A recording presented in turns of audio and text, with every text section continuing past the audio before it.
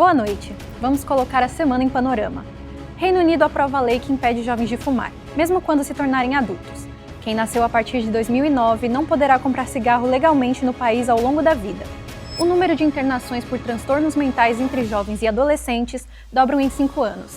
Esse aumento é maior do que o visto na população em geral. Um estudo internacional mostra que cresce o número de pessoas sem religião no mundo. Entre os jovens, o afastamento das instituições religiosas tem sido cada vez mais frequente. E na reportagem especial, como a tecnologia transformou a forma de assistir esporte.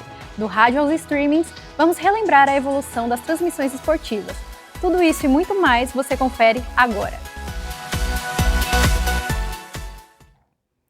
Um projeto de lei que propõe salário mínimo e cotas para estágios não obrigatórios vem chamando a atenção de jovens. Um projeto de lei que propõe salário mínimo para estagiários está em análise na Câmara dos Deputados. O projeto torna obrigatório a remuneração em todos os tipos de estágios. Segundo uma enquete realizada pelo NUB, 40% dos estudantes apontam que o principal motivo para o não preenchimento das vagas é o baixo valor da Bolsa Auxílio. A proposta visa que no estágio não obrigatório, o estudante deve ser remunerado com pelo menos um salário mínimo, atualmente no valor de R$ 1.621. Já nos estágios obrigatórios, deverão ser fornecidos Vale Transporte Integral, Bolsa Auxílio e Vale Refeição, com valor mínimo diário de R$ 28,30. Ela também proíbe a realização de estágios aos finais de semana e exige que ocorram exclusivamente em dias úteis. O descumprimento das regras caracterizar vínculo de emprego para todos os fins da legislação. O projeto cria um sistema de reserva de vagas, destinando no mínimo 25% das oportunidades de estágio a pessoas autodeclaradas pretas, pardas ou indígenas. Haverá ainda exigência de pelo menos 10% das vagas para pessoas com deficiência. As instituições de ensino também serão obrigadas a criar um órgão fiscalizador interno para acompanhar o cumprimento das garantias legais. Este órgão deverá disponibilizar canais de comunicação e de registro de denúncias aos estudantes. Informamos que o texto ainda não foi submetido às comissões. O projeto de lei está em fase inicial, aguardando o despacho do presidente da Câmara, Hugo Mota, para iniciar a tramitação. A contagem regressiva entrou na reta final. Em poucos dias, a bola vai rolar para a maior Copa do Mundo da história. Falta muito pouco. O coração do torcedor já está batendo no ritmo do maior espetáculo da Terra. E para você entender o tamanho do que vem por aí, a gente te explica em números. Será a primeira Copa da história sediada por 3 países ao mesmo tempo: Estados Unidos, México e Canadá. Ao todo, serão 16 cidades-sede espalhadas pela América do Norte em um torneio que promete transformar o continente em um único palco do futebol. E pode esquecer o formato que você conhecia. O número de seleções saltou de 32 para 48. Isso deu espaço para que países como Cabo Verde, Curaçao, Jordânia e Uzbequistão possam fazer suas estreias na competição. Serão 104 partidas, 40 jogos a mais do que na última Copa. É muito futebol de qualidade.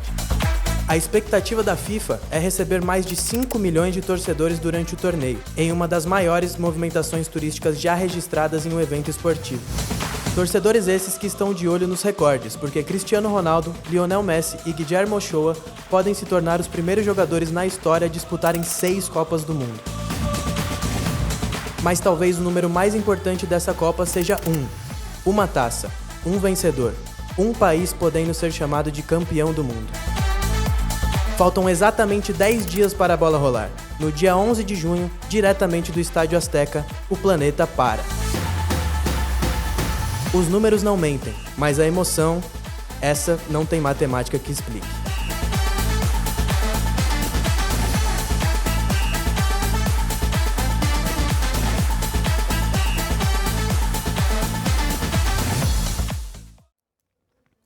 Uma medida histórica adotada pelo Reino Unido pretende reduzir o número de fumantes nas próximas décadas, ao impedir que novas gerações tenham acesso legal ao cigarro ao longo da vida. Imagine uma geração inteira que nunca pôde comprar cigarro. Parece radical, mas é exatamente isso que o Reino Unido decidiu fazer. O parlamento britânico aprovou uma lei histórica que pode mudar para sempre a relação do país com o tabaco. A proposta cria o que especialistas chamam de proibição geracional, uma estratégia inédita para tentar acabar com o fumo ao longo do tempo. Mas o que isso significa na prática? A principal mudança na nova lei é simples. A idade mínima para comprar cigarro vai aumentar ano após ano. Na prática, quem nasceu a partir de 1º de janeiro de 2009 nunca poderá comprar cigarro legalmente ao longo da vida. Em vez de proibir por idade fixa, o Reino Unido passa a proibir por geração. O objetivo é impedir que novos fumantes surjam. Isso porque o tabagismo ainda é uma das principais causas evitáveis de morte no país, com cerca de 64 mil mortes por ano apenas na Inglaterra, além de centenas de milhares de internações e bilhões em custos para o sistema de saúde. A aposta do governo é que, ao cortar o problema pela raiz, será possível reduzir drasticamente o número de dependentes de nicotina no futuro. Mas a lei não para por aí. Outro ponto importante é a mudança de postura em relação aos cigarros eletrônicos, os chamados vapes. Durante anos, o Reino Unido incentivou esses dispositivos como alternativa menos nociva para fumantes adultos. A ideia era reduzir danos, só que o cenário mudou. O aumento do uso entre jovens, sinais de dependência precoce e preocupações com efeitos à saúde fizeram o governo recuar. Se funcionar, o Reino Unido pode se tornar o primeiro país com uma geração inteira livre do fumo. Mas isso levanta debates importantes. Até que ponto o Estado pode restringir escolhas individuais? E será que a proibição vai realmente reduzir o consumo ou apenas mudar a forma como ele acontece? Um levantamento de dados do Sistema de Informações Hospitalares do SUS revelou que precisamos olhar com urgência para a saúde mental dos jovens. O número de internações por transtornos mentais entre crianças e adolescentes vem crescendo de forma acelerada no Brasil. Em apenas 5 anos, os casos praticamente dobraram em algumas regiões, superando com folga o aumento registrado na população geral. Esse avanço não acontece por acaso. A pandemia de Covid-19 é apontada como um dos principais pontos de virada nesse cenário. O isolamento social, a ruptura das rotinas e o afastamento do convívio escolar e social impactaram diretamente o desenvolvimento emocional de crianças e jovens. Mais tempo dentro de casa também significou mais exposição a telas e redes sociais, um fator que, segundo estudos, está associado ao aumento de sintomas como ansiedade, irritabilidade e depressão, inclusive em idades cada vez mais precoces. Entre as principais causas por trás deste aumento estão justamente a combinação desses elementos: excesso de tempo de tela, dificuldades de socialização, mudanças bruscas na rotina e maior vulnerabilidade emocional em uma fase ainda em desenvolvimento. Os sinais muitas vezes aparecem de forma silenciosa: alterações do sono, no apetite, isolamento, queda no rendimento escolar e mudanças de comportamento. Em quadros mais graves, quando há risco à própria vida ou grande comprometimento da rotina, a internação pode ser necessária. Especialistas reforçam que, embora seja visto com preconceito, a internação é um recurso de cuidado, utilizado como último passo, quando outras formas de acompanhamento não são suficientes. O cenário revela uma tendência clara: a saúde mental de crianças e adolescentes se tornou uma questão urgente, que exige a atenção das famílias, das escolas e do sistema de saúde. No próximo bloco, a nossa matéria especial conta com Elmo Frankfort, diretor do Museu Brasileiro de Rádio e Televisão, para falar de TV e Copa. Fica aí, voltamos já. Ai, vamos sair mesmo. A casa tá tão gostosa. Novo Veja Gotas de Perfume. Sua casa com 20 vezes mais perfume e brilho intenso. Novo Veja Gotas de Perfume. Viva sua casa. Veja depois. Comercial de Bombril para garotos. Pelos poderes de Bombril, eu tenho a louça. E o clássico incendeia.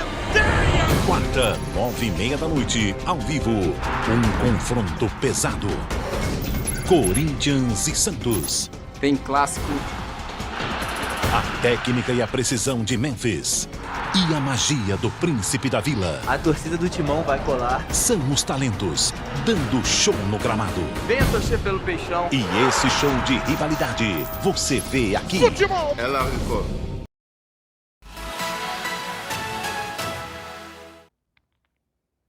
Em ano de Copa do Mundo, milhões de pessoas se conectam para assistir aos jogos. Mas como tudo acontece por trás dessas transmissões faz uma grande diferença para o público. Nossa equipe foi até o Museu Brasileiro de Rádio e Televisão para entender como a tecnologia mudou a forma de levar o esporte até o público e por que esse processo é tão importante quanto o próprio jogo. A história do esporte na mídia começa muito antes das telas em alta definição. No rádio, a emoção era construída pela imaginação. Na televisão, a imagem passou a dividir protagonismo com o som e, com o tempo, a tecnologia passou a transformar completamente essa experiência. Tivemos muitas mudanças.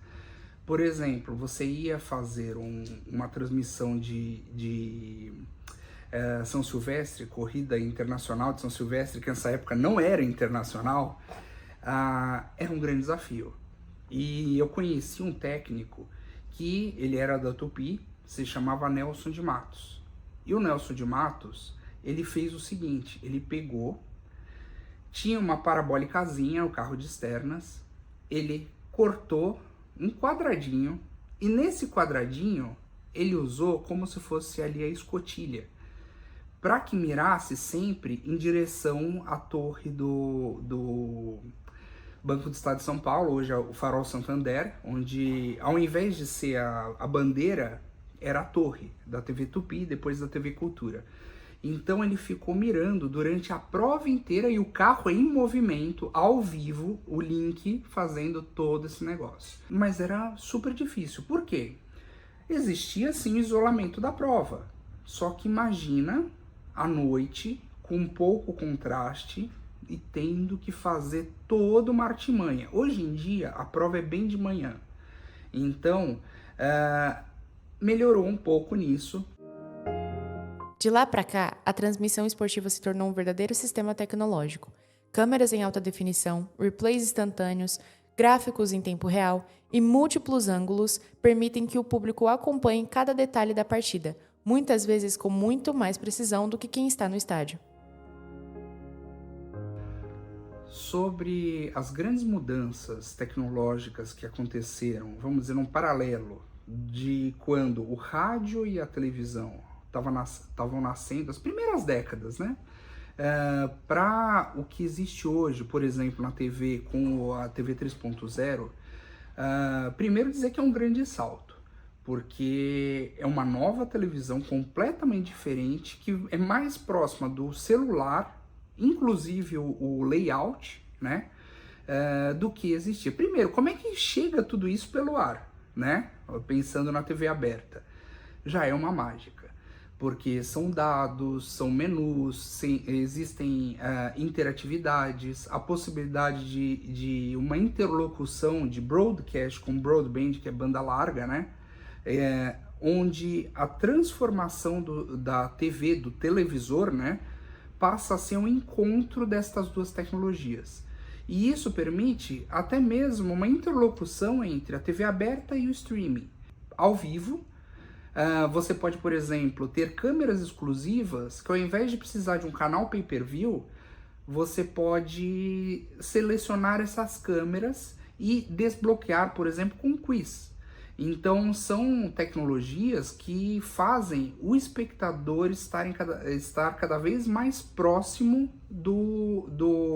da televisão, vamos dizer, da produção em si, do jogo.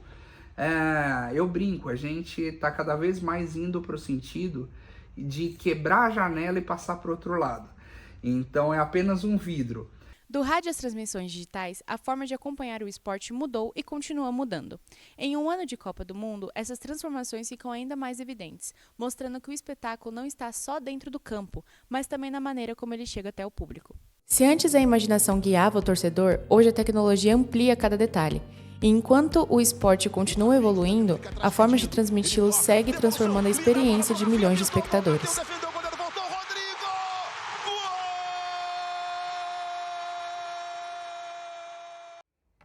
Estudos apontam que o número de pessoas sem religião cresce de forma gradual em diversas partes do mundo, especialmente entre os jovens. A religião ainda faz parte da vida da maioria das pessoas no mundo, mas esse cenário está mudando aos poucos. Um estudo da Pew Research Center mostra que muita gente continua com a fé em que foi criada, mas o número crescente tem se afastado das religiões ao longo da vida. There's no doubt that young adults today are less religious than older adults. Hoje, para cada pessoa que passa a seguir uma religião, mais de 3 deixam de ter qualquer vínculo religioso. Esse movimento acontece principalmente entre os mais jovens. Cada nova geração tem mais pessoas sem religião do que a anterior. E isso não é algo recente. Pesquisas internacionais indicam que a religião vem perdendo importância há bastante tempo, em um processo gradual que pode levar décadas ou até séculos. Em geral, essa mudança acontece em etapas. Primeiro, os jovens passam a frequentar menos os cultos. Depois, dizem que a religião é menos importante em suas vidas. E só mais tarde deixam de se identificar com alguma religião. Ou seja, não é que as pessoas simplesmente estão abandonando a fé de uma vez. Existe um afastamento progressivo que já vem sendo observado há gerações. O cristianismo é o grupo que mais perde fiéis nesse processo. Porém, outras religiões, como o islamismo, continuam crescendo, principalmente por conta das altas taxas de natalidade em algumas regiões do mundo. No Brasil, a tendência é parecida. Uma pesquisa da Unifesp e da USP mostra que aumentou o número de adolescentes sem religião. Em pouco mais de 10 anos, esse grupo passou de cerca de 14% para mais de 20%. Mesmo assim, a maioria dos brasileiros ainda tem alguma religião, principalmente entre adultos e idosos. O país também passa por mudanças internas. O número de católicos vem caindo, enquanto os evangélicos continuam crescendo. Para especialistas, o principal desafio das religiões hoje é se conectar com os mais jovens, que tendem a ter uma relação mais distante das instituições. O resultado é um mundo onde a religião continua presente, mas de um jeito mais diverso, mais individual e menos central na vida das novas gerações. O Panorama fica por aqui. Desejamos a todos uma excelente semana. Estaremos aqui no próximo domingo para relembrar o que ainda está por vir.